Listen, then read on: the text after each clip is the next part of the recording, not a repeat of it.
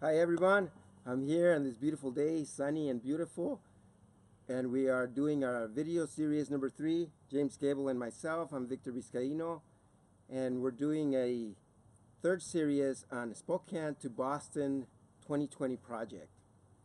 And we believe in cooperation so that anybody who wants to have a goal of running the the Boston Marathon in 2020 could join us, and we could all do it together and have that awesome goal. Maybe break the record of the members in Team Blaze, then maybe break a record of people from Spokane qualifying for Boston.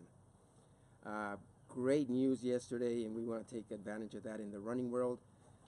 Yeah, with the Berlin Marathon, we had a new world record. His name, I don't want to butcher his first name, but his name is Kipchoge. He ran a 2:01:39. Wow. That's like a minute 18 faster than the previous world record. Something amazing, something that I wasn't thinking we were ever going to see anything close to that ever again. But What is the pace per mile for that? for something like that, that is like a 4:38 per mile. Wow. To think about that, that is faster than most of us will run half miles in. I mean, That is incredibly fast, and to do that for 26.2 20. miles. Yeah, it's in a great feat to be able to cover something like that. But as far as like something like that for our project that we're trying to do should inspire people that anything is possible. Anything is possible. I mean, just to take yourself and even just go from doing nothing, from couch to, like, they have those programs, couch to 5K. I mean, if you want to be able to get to from running a regular marathon to actually qualifying to a Boston, that is possible for almost everybody. It's just that will that you want to be able to do something like that. Awesome. Now, let's say if I am a guy who's trying to, and I decide, yes, you know what, I'm interested in running Boston, but I've never knew exactly what I need. What is the first thing that I should do? Well, first thing you want to do is you actually want to make sure that you're fit enough to be able to run a marathon. Then you want to go to the Boston website or ask somebody that has run Boston to make sure that you are within that qualifying time, because each age group is set to a certain standard of qualifying. So that's something that you definitely want to look into. See if you're even within that realm of being able to make a qualifying time. Okay, so let's, just for practical purposes, my age group is 50 to 55. I need a 3:30 hour marathon. Mm-hmm. So once I have that, and I think, okay, that might be possible because I am within 15 minutes, 20 minutes within that. What is my next step in doing if I want to qualify and run Boston in 2020?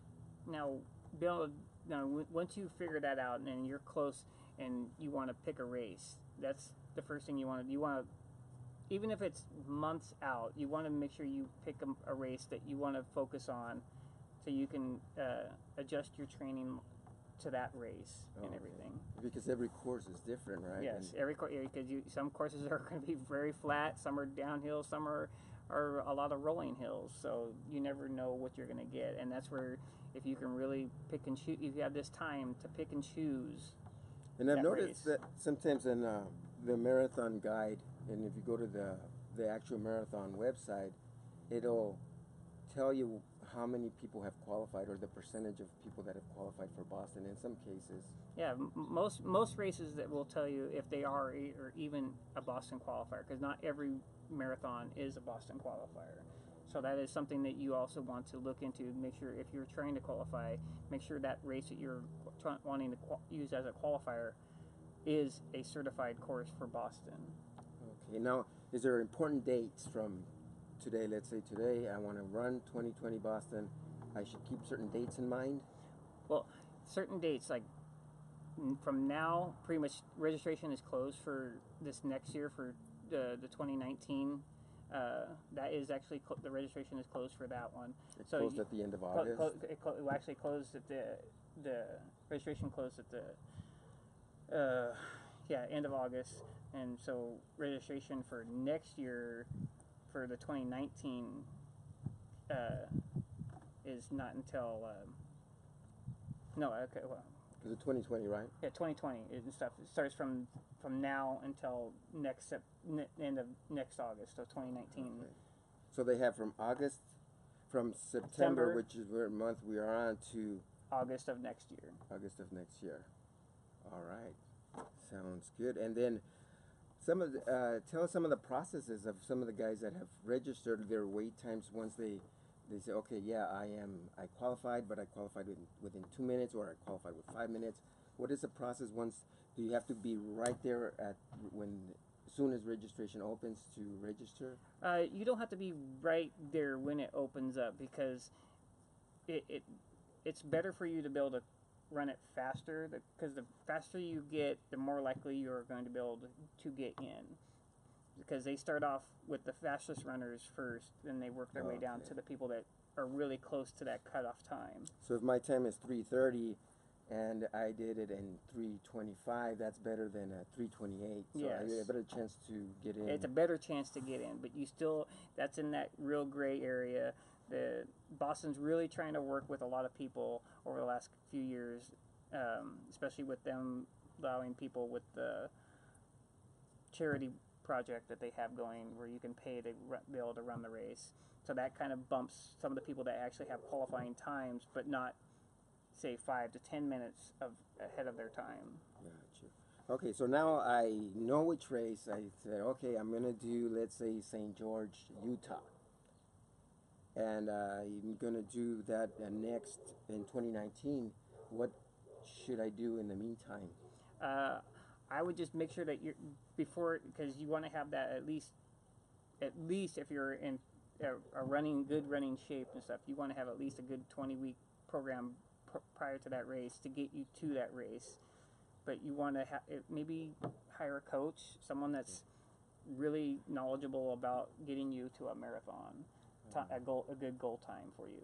How about joining Team Blaze if you're not already? Team Blaze. I mean, we have many great distance runners. We have great running coaches. Yeah, and there's already quite a few people in Team Blaze that are interested in qualifying for Boston, so they would have a good, nice pool of people that are nice shooting for the same group. So yes. Awesome. Any other tips that you'd like to give our viewers? This is the time of year that you definitely want to make sure that you're staying active, and the fall time is some of the best time that you can train for marathons. I mean, racing season is coming closer to an end. I mean, most people still race year-round, but the main running portion season usually ends about late October, November. So this is the time you really want to get those miles in out where you can run outdoors, especially living here in the Northwest. It's kind of hard to run outside during the winter time. So try to make sure you get those miles in so you can keep that distance base up. Awesome.